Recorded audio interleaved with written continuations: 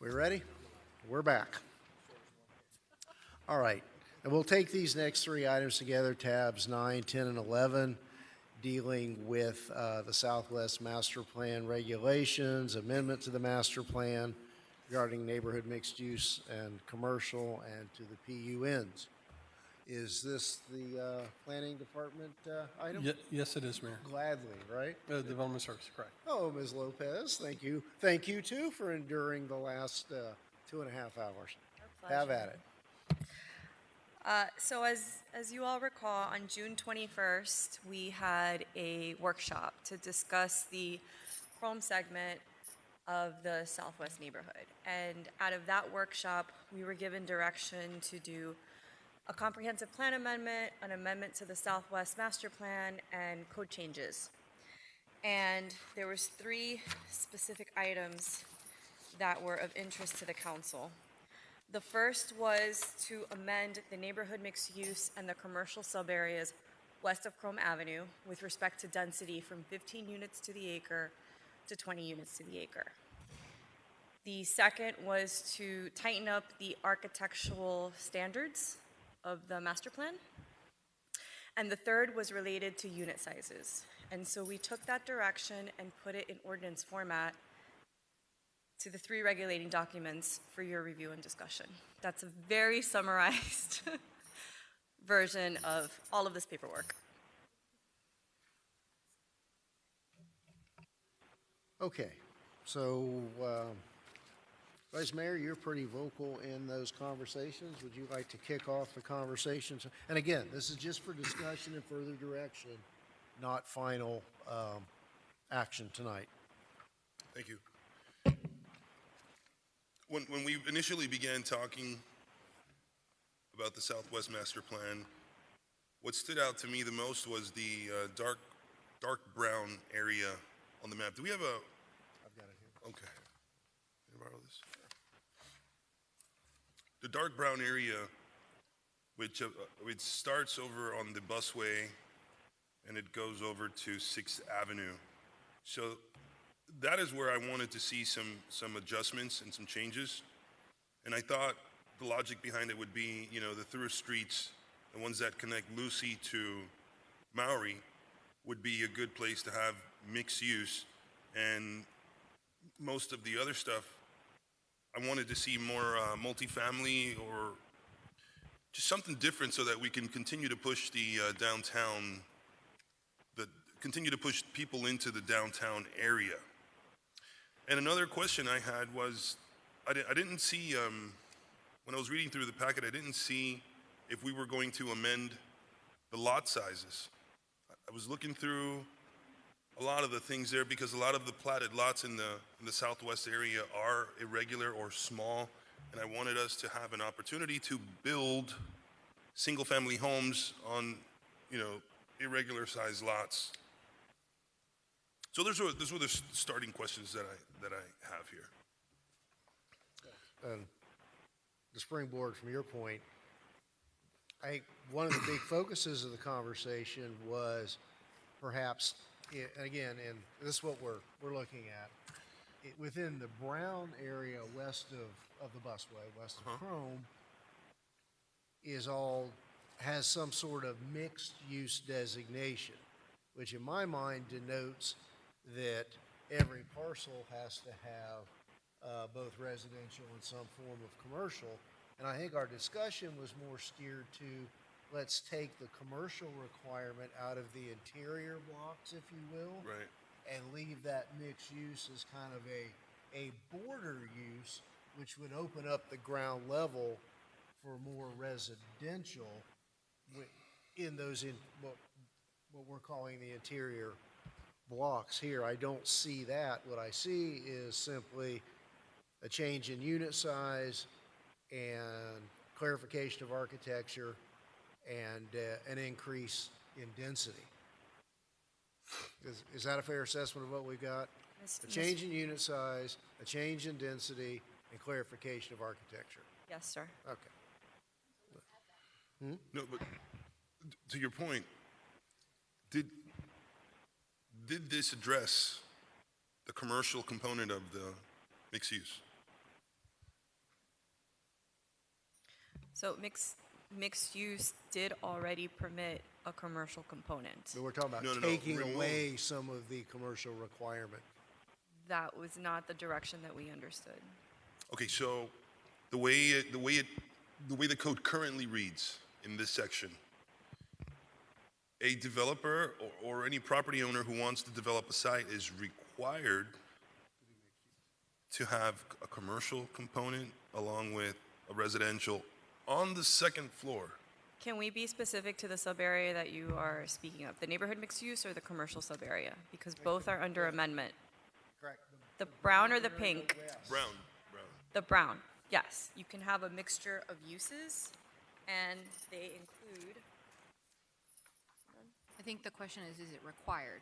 Are you required to include It's the still commercial? required. you're required yes. to do a mixture of uses. And I think that was part of the conversation that maybe got fell through the cracks? No, that was the main point. Well, okay, yeah, but it fell through the cracks, is to remove some of the mixed-use requirements within the interior of that shaded brown area, where the mixed use was more around the border and the through streets, so that you would open up ground level away from a mixed-use requirement to add an additional level of residential opportunity. Is that Yeah, a correct that's a correct characterization? assessment.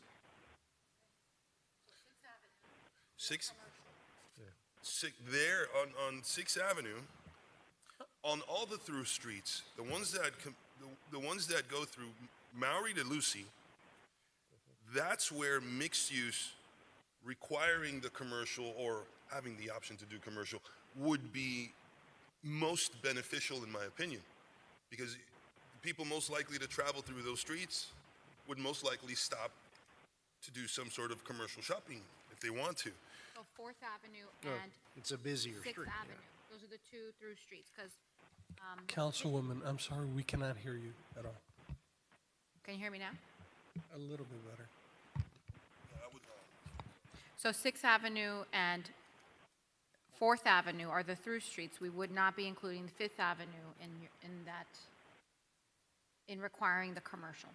So you want to eliminate the commercial requirement on the properties abutting Fifth Avenue and Third Avenue, as well as the Second Avenue, Third Terrace, Southwest Third Avenue, and Southwest Second Avenue.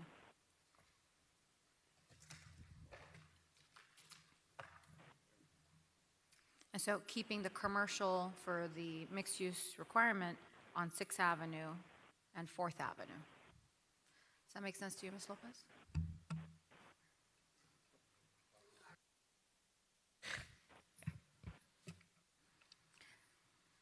I can dig it. So, yeah, so where the vice mayor is highlighted here, that's where we would maintain the mixed-use requirement, but these interior lots, That's what I said, Yeah, except okay. Added, whatever that is, what's that? 4th Street.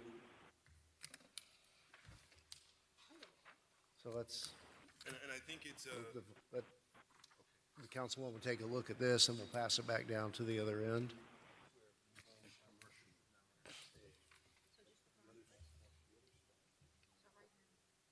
That the brown interior would have that requirement, the mixed-use requirement taken out. You could do it, but it's not required. Right now, it's required. Yes.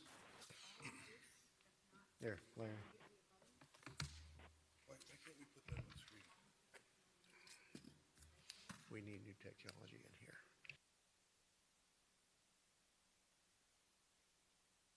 Is that available that we can put it up on the screen or no? The clerk's office is scanning it to send it to IT. Yeah, yes, they can pull up the agenda item and put it on there. I guess while we wait for that to come up, if I could ask the CRA director, Dimitra, Ms. Driver,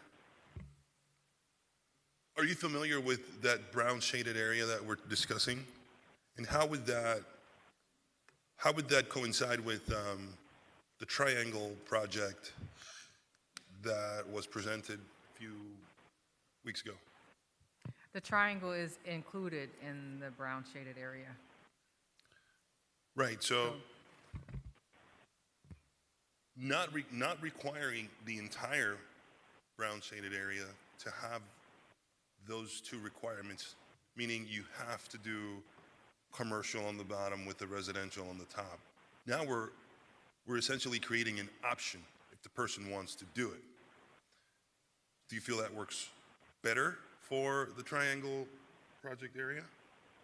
I think what would work for the triangle project is the Southwest 4th Street frontage having commercial on it, and then along the busway having Yep. commercial, so running That's along. exactly what we've drawn Yeah. here and highlighted.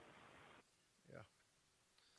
So that the requirement of mixed use is you have the option, but it's not mandated on those other lots to insert the commercial. Again, so that you get you're getting a ground level residential on the non-main thoroughfares, so that you're not mandated to do some sort of mixed use everywhere as we believe you are now. Which would also add units, which may take away may obviate some of the discussion about increasing density when you are creating a whole new floor level of residential versus commercial or some sort of mixed use.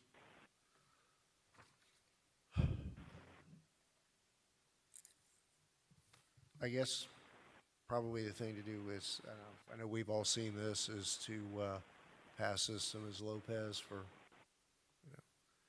where we've highlighted in yellow, those frontages would retain the requirement of a mixed-use component, but those properties not fronting the highlighted streets could, but are not required to have mixed use. They can either be mixed use or all residential at the option rather than a mandate. And just some food for thought. And I was present but not present during the in person and during the discussion. But I'm looking at an aerial of Miami-Dade.gov of the lots that are in that area now that are across the street from the Triangle Project. And the majority of those are less than 3,000 square feet. So you'd have to then consider what type of housing could you put on a lot that's that small in that area. Can you please point out again where you're? If you're looking at the Triangle property, okay, you're going to the west across the street. So now we're on Southwest 4th Court and Southwest 4th Street. Between, and then this, well, I don't know what this one is, but it's to the south one block. But most of those lots in there are 2,200 to 3,200 square feet, based on what Miami-Dade is talking about. So, and then you've got a lot of infill stuff in there too. So, if you're going to make it, I mean, I get the point that you want to take away the mixed use component there and just make it all residential, but there again. But I think we're contemplating there'll be an assemblage of properties for Right. multifamily. We're not Right. talking about single family in that area. Okay. Well, the vice mayor had mentioned single family somewhere in there, so that's further west. So, That's the yellow on the map in our package. oh, so when you go out to this area, Right. so when you look at that area, because there's a lot of infill lots across from that Triangle property that can be built out. And then if you go to the north on Southwest 2nd Avenue, across, looks like 4th Street, there's a bunch of lots in there, and I think there's already a few apartment complexes in the area there too. So it's just something to think about, that it would have to be an accumulation of lottage or lots to come up with the amount of square footage. And yeah, I would agree that you don't necessarily need mixed use in those areas because it's really not any type of a travel corridor. But when you get out to 6th Avenue, and That Maury, makes sense for the commercial corridors. yeah, Or 'cause the when you- mixed use type corridors. when you get up to like Maury Drive, I mean, there's a lot of commercial already built in on 6th Avenue on both sides, east and west, when you get south of Maury. And the only thing that would really be affected by that would be some lots a little bit further to the south between 5th Avenue and 6th Avenue. And I don't know what this cross street is. So I think it would be helpful in our planning aspect to see what's available too, lottage-wise, unless you're going to change it and then they're going to come in and demo some stuff and recreate a different, makeup of residential and commercial components in there. But you got- Isn't that the bigger picture idea? Yeah, Is to I create agree. an overlay that will I agree. incentivize or motivate that kind of redevelopment? No, I agree Yeah. that would make more sense, and then you've got the ability to accumulate lots if you're a developer, to build, which I would hope would be market rate rent stuff, not, more subsidized stuff, but, so yes, I'm good. Yes. Ms. Lopez? So and I mentioned this at the workshop, when the neighborhood master plan was developed, it was developed with the intent for somebody to come in, developer, a land purchaser to come in and purchase lots and blocks and build large-scale developments versus to build infill lots or smaller-scale developments. And it was predicated on developing through this street network that was designed.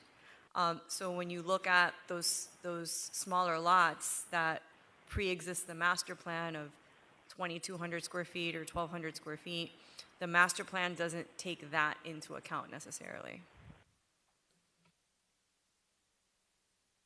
Mayor? So the issue being, is my takeaway is that there was a feeling here that there was too much commercial required, and yeah, we get that we envision people coming in and do assemblages of entire blocks. But if you've got one of those, what I'm kind of calling an interior block, you don't want to mandate the mixed use. You're going to allow them to do the higher, not high, but higher density multifamily, whatever product it may be, without having to do the commercial everywhere. But your point earlier about the street network,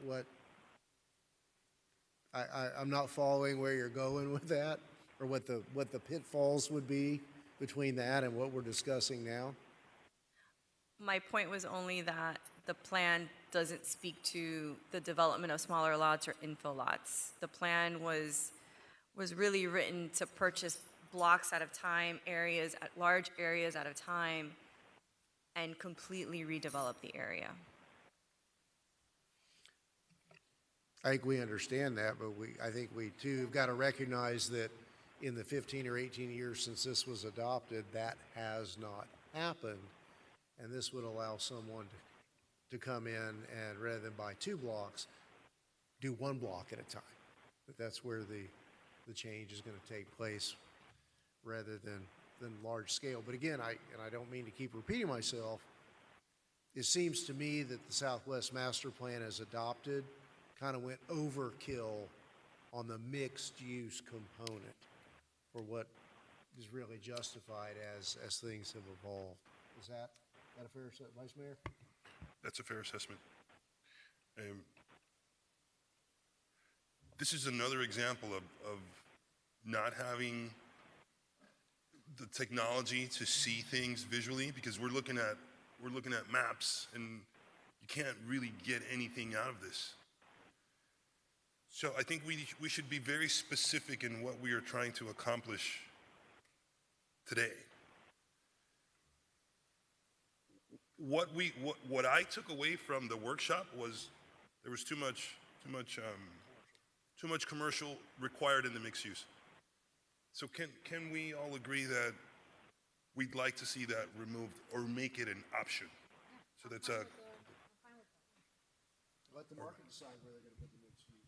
Because if you can Mr. Pearl? I'm sorry, Councilwoman Alida. We're talking about making it an option for those parcels that are on the interior of the highlighted thoroughfares. Well, that's where the start of the conversation. I think that if you give them the option in its entirety, you may not end up with any commercial component at all. So you've got to maintain. I think you're going to have to maintain, unless we're just going to throw that out and say, you know what, let's just do a bedroom community. Yeah. We're in agreement with keeping commercial. Keeping the commercial corridors. Okay. Are you on? Which are, tell me again what the commercial corridors are? The highlight. Okay, so you got, And this one, yeah, but what streets are those? That's 6th Avenue? 6th Avenue, Fourth Fourth Avenue, Avenue? and then Fourth It- Court. And then the busway. I'm sorry, Fourth Street That's 4th Street, okay. and the busway. So these units here will not require commercial because they don't front the main corridor we're speaking of. These will.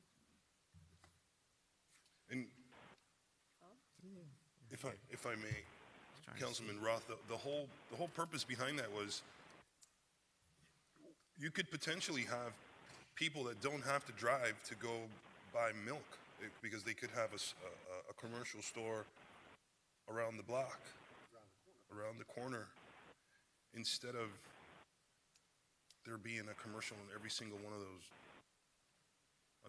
those parcels. Doesn't make any sense. well, it hasn't been successful, so I think the idea of removing the restriction or the requirement will lighten up the burden that the developer would need to have. Because if you're able to maybe pick up, let's say, the block on what is this, Fifth Avenue? Sixth Avenue, and let's say Fourth Court to Sixth Street, right, you pick up that block, maybe you can put a multifamily that has commercial storefront that faces Sixth Avenue, but that the rest of it on that block is all part of residential. So you're not requiring, let's say, 30 lots worth of first floor commercial, just 15 lots, because it's just the first half that faces Sixth Avenue. So I think that it'll work. I think it's a more favorable option and a more attractive option than to what we already have. We won't know if it's successful unless we make the change and try and see what comes. But I also think that the adding of the units, the density from 15 to 20, it makes it worth for more conversation at the table of the developers. It's not just, oh, they're eliminating commercial. It's, oh, they're adding density and it's a little bit more flexible. Well, we're already adding the ability to have more units, whether it's 15 or 20, by taking that mandate out of some of those blocks. Again, and I don't know, how we get, but some sort of graphic depiction and some analysis of what's mandated under the code now versus this proposal would be helpful, perhaps in a workshop type forum, maybe between now and the next council meeting. Yeah, it was. I think that's a good idea, but it was specifically that particular area with what we just discussed, and also on the residential part, the highlighted yellow, to reduce the sizes of the minimum required lot size to develop a single-family home from, I don't know if it's 5,000 or 4,800 to 3,000, so that there could be single-family homes developed on the lots that will otherwise never be developed unless they get assembled, which it's hard to assemble a lot of them in that area. Did you get that from the workshop? We went back and listened to the tape. You were at the far end of the table. I had to sit next to him. I remember all that. You're correct, Mayor. There was a lot of conversations, A lot separate of groups, people breaking out in different And- groups, and so it was easy for things. And that is a pitfall Yes. of workshop. I think we make a lot of progress in workshops, but again, from a staff perspective, absolutely. He and I are down at one end, and one or both of us are mumbling, and staff's trying to take notes at the other end of the table while these two are having a conversation. And that's how things get done. Agreed. On that item, though, I'm in favor of reducing the lot size to fit the dynamics of this part of the area. I don't think that,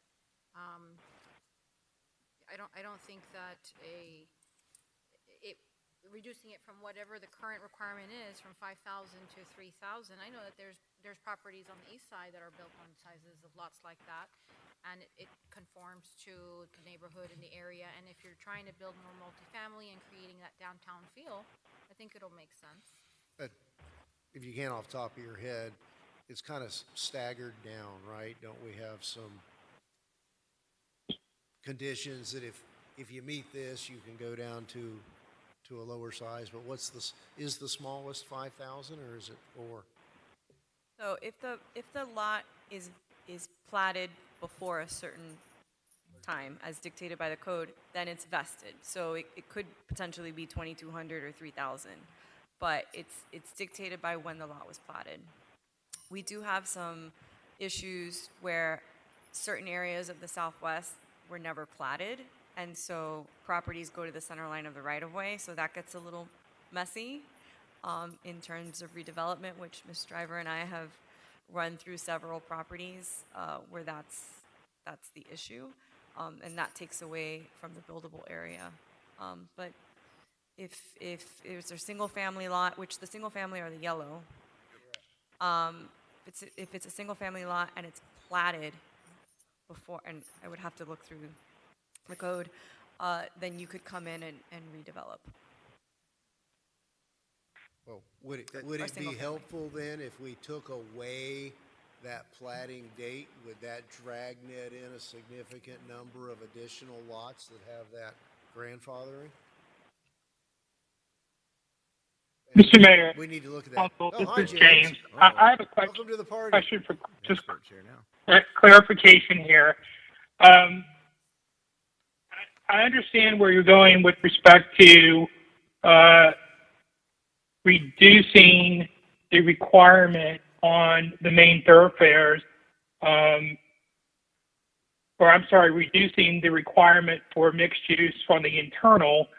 What I'm not clear on is you're talking about single family lot, but the neighborhood mixed use does not allow single family. So are you wanting to open up neighborhood mixed use to Brown to allow single family?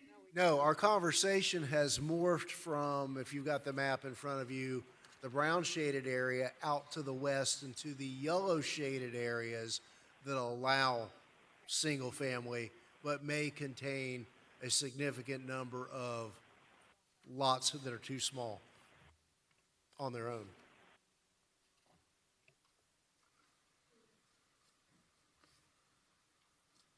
Understood. Thanks. I didn't get that.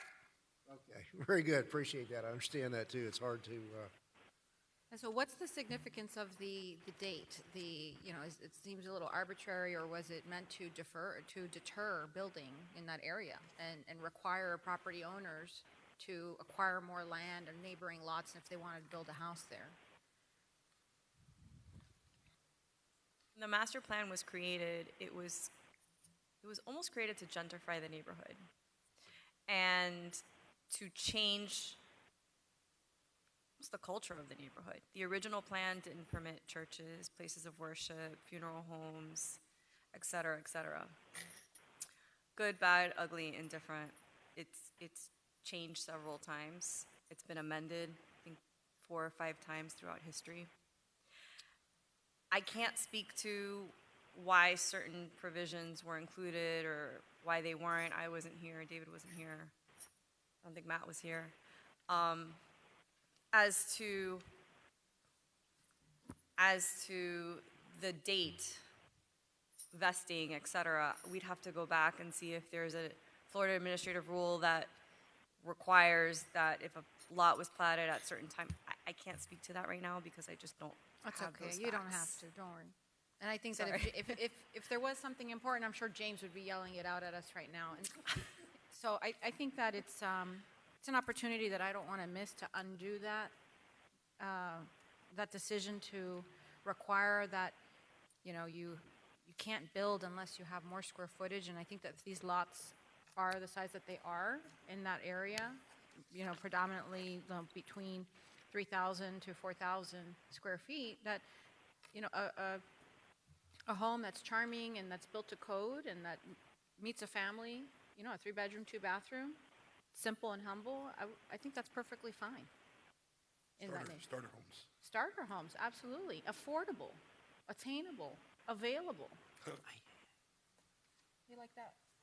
So I think I'd like to add that to our list. So I'm Well, good and with the mixed use change that we talked about. I'm good with the square footage change, reducing it to 3,000 square feet.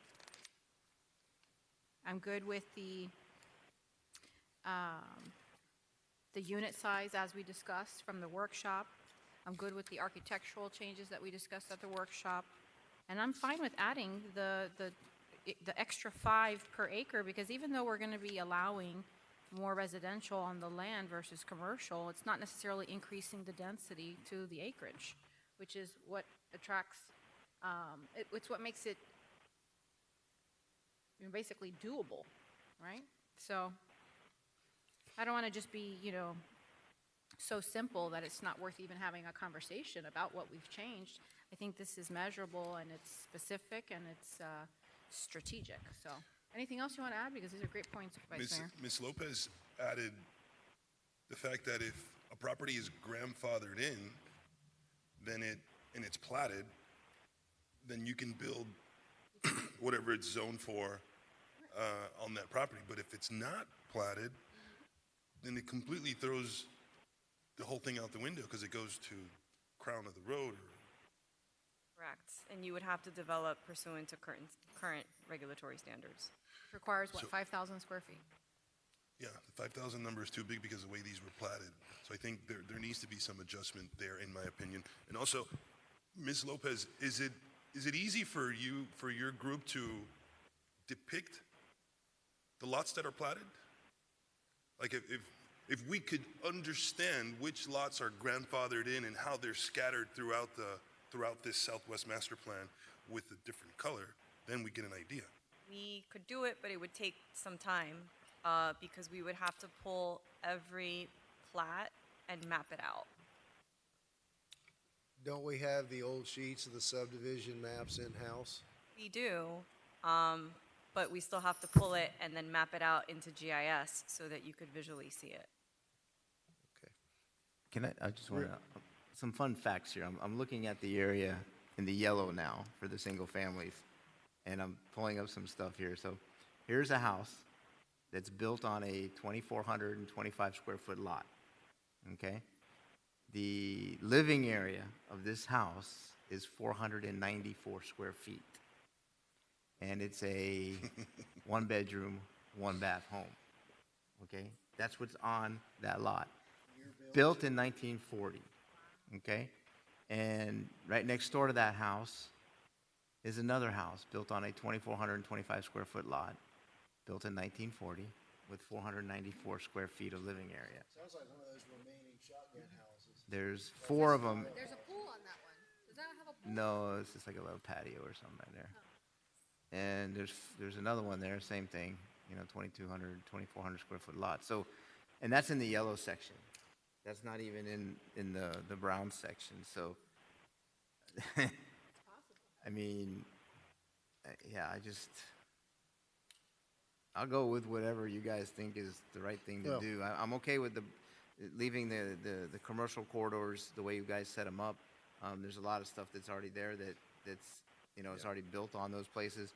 And I guess the only other question I would have is, by changing it, does it create a value change? In other words, the owner who's got the zoning there now, does it change it for them? In other words, does it make a property less valuable tomorrow than it is today because of these changes? And that could change, you know, that could mean lawsuits later on in life, that we change this underlying thing. You're making it an option, yes, maybe that protects us. The attorneys can tell us if that's the case. But if they've got what they consider a higher or better value use for their zoning as a mixed use versus just going to residential, does that change the value of the property for the owner who's there now? If we maintain the option, they're not losing anything. So you keep it mixed use and give them an option to opt out and just put residential on that property, except for the transportation or the corridors that are highlighted here in yellow. Yeah. Back to the lot size. I've got the plan here that I think we had available at the workshop. It talks about minimum lot size permitted within the Southwest PUN is 5,000 square feet. However, detached single-family residential structures may be constructed on parcels as small as 3,600 square feet. And there's a qualifier that if on the same block, other detached single-family residential structures exist on lots of the same size, less than 5,000 square feet. If we took that qualifier out, it would give, as a matter of right, the right to build on a 36 by 100-foot lot, for example, which may solve the problem if we took that But how do you maintain the setbacks, the side setbacks from, really narrow house. yeah, it has to be. Is that contrary to what Mr. Roth, Councilman Roth just said? He saw a property on his phone that was 2,400 square feet, 400. But it's grandfathered. Right, This so is, if the residential lot of- structures may be constructed on parcels as small as. So if the lot across the street is identical, can a developer come and do exactly the same thing? That would help me understand how to move forward. Under the current code, not on 2,400 square feet. On 3,600, you could. Exactly the same house that, I mean, we wouldn't allow, we have a minimum square footage of 1,200 square feet. That's 1940 square foot, that's 1940 construction. You'd have to be to code now, right, setbacks now, but you could build on a smaller lot because the same block has something smaller, but it has to still meet the So this minimum is- 36. This is what this says here, right? Bare minimum is 3,600 square feet. And if we take the qualifier out, we've solved that problem. You had to have other houses built in that block on lots less than 5,000 square feet. So if there's this stranded lot of 3,600, of somewhere between 3,600 and 5,000, and everybody else is on bigger lots, right now you can't.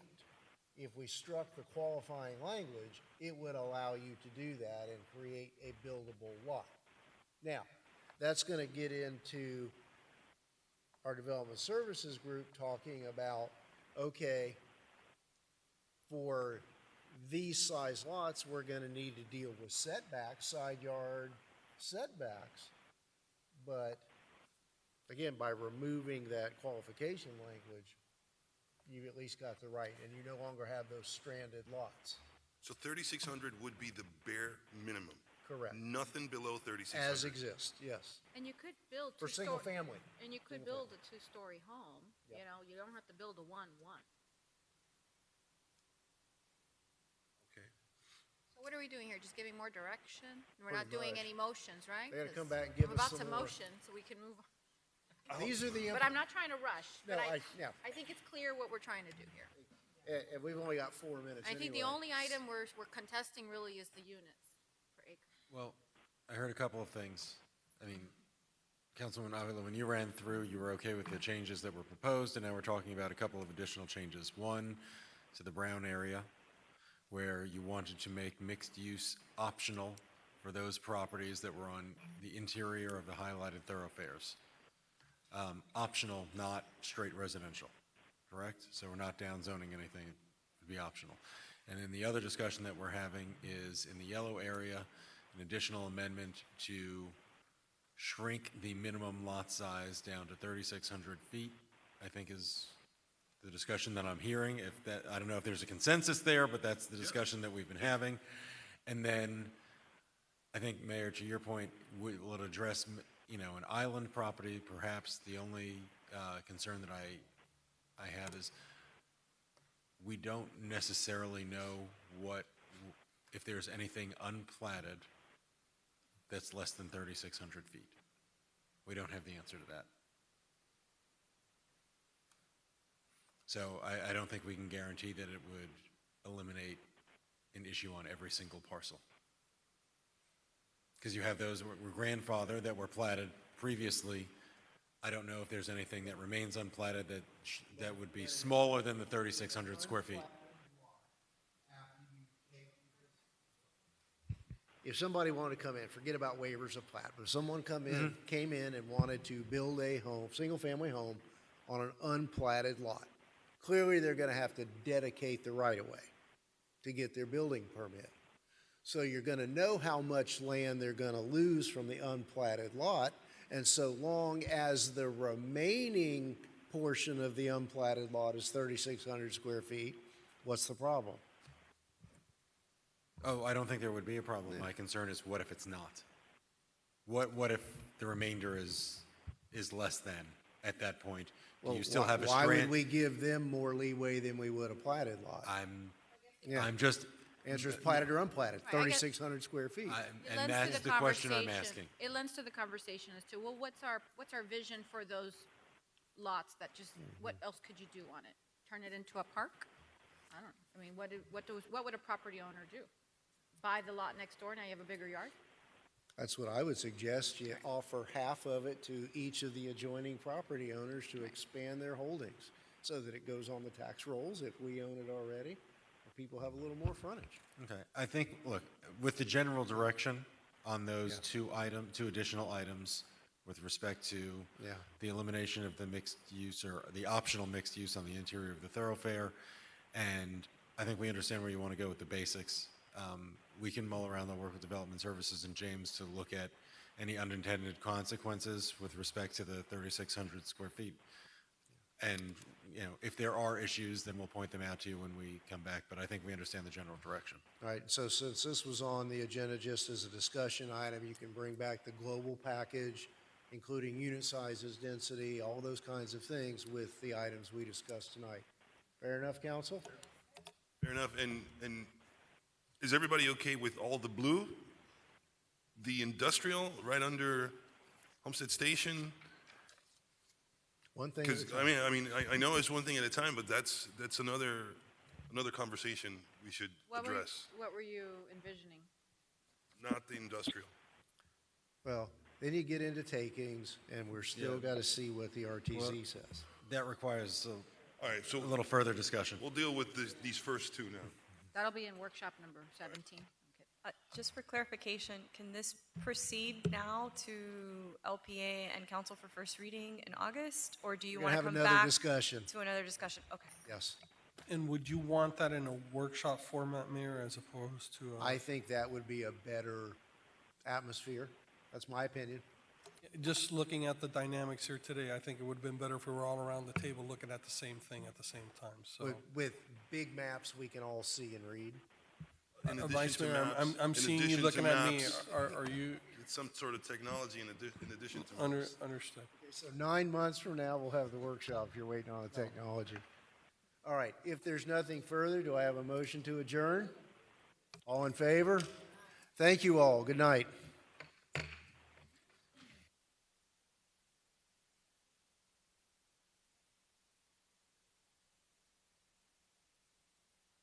Thanks for using